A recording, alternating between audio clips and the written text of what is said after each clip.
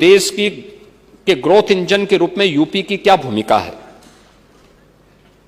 देश की आबादी का सबसे बड़ा राज्य है और सबसे अधिक संसाधन के बावजूद 1950 से लेकर 2017 तक प्रदेश की जो जीएसडीपी थी वह 12.75 लाख करोड़ तक पहुंची थी। 2017 से जब उत्तर प्रदेश की जनता जनार्दन ने प्रधानमंत्री मोदी जी के नीतियों पर विश्वास किया और इन 8 वर्षों में हम लोग प्रदेश की जीएसडीपी को इस 24-25 का जो वित्तीय वर्ष चल रहा है, मार्च 2025 तक 12.75 करोड़ रुपए से बढ़ाकर के 27.71 लाख करोड़ यानी दोगुने से ज्यादा पहुंचाने में हम लोग इसको सफल हो रहे हैं। देश की जीडीपी में आज के दिन पर उत्तर प्रदेश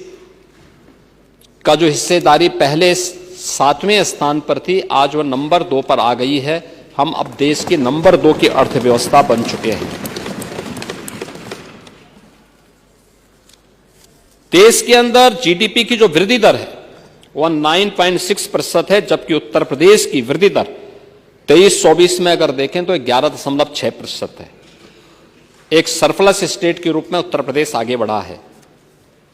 हमने कर चोरी को रोका है,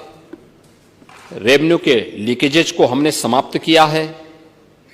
डिजिटल मैकेनिज्म को अपनाया है और उसका परिणाम शासन की कार्य पद्धति में एक ट्रांसपेरेंसी के रूप में सबके सामने आया है। हमने एक एक पैसे का उपयोग उत्तर प्रदेश के विकास के लिए और गरीबों के कल्याण के लिए उस पैसे का उपयोग किया है। प्रदेश में 8 वर्ष में हमने एक भी टैक्स नहीं लगाया है। आपने इस बात को देखा होगा, जब हम टैक्स की बात कर रहे थे तो मुझे बताते हुए प्रसन्नता है कि पिछले 8 वर्ष में हमने पर कैपिटा इनकम को बढ़ाया है, प्रदेश की जीएसडीपी को बढ़ाने, दोगुना से अधिक करने में सफलता प्राप्त की है और यह पिछले 8 वर्ष में विकास के पायदान पर या हर एक सेक्टर में उत्तर प्रदेश को एक नई ऊंचाई तक पहुंचाने के साथ हम लोगों ने प्रदेश के अंदर जो कुछ भी किया है बिना किसी टैक्स बढ़ाए हुए, यानी प्रदेश में डीजल पेट्रोल की दरें देश में सबसे कम है,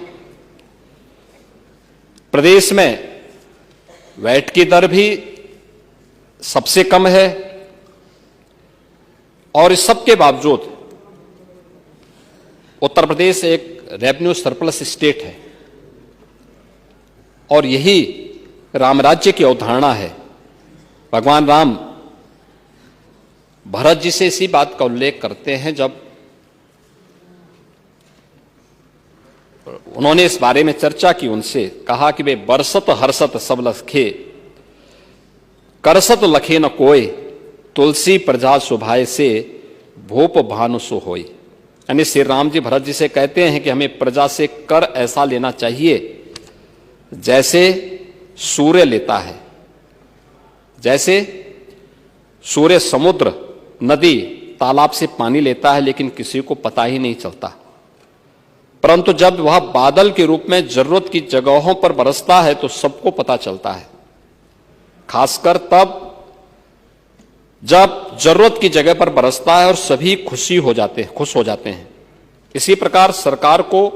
कर इस तरह से लेना चाहिए कि किसी को पता न चले, पीड़ा न हो, लेकिन जब उसी टैक्स का इस्तेमाल जनता के हित में खर्च हो, जैसे हम लोग कर रहे हैं, expressway, highway, inter state connectivity, medical college, smart city, school, colleges, universities, hospitals, तो जनता का कल्याण होता है, विकास इससे होता है और हमारी सरकार इसी भाव के साथ, राम राज्य की इसी भाव के साथ कार्य कर रही है, जिसका उदाहरण मैंने आपके सामने यहां पर प्रस्तुत किया है।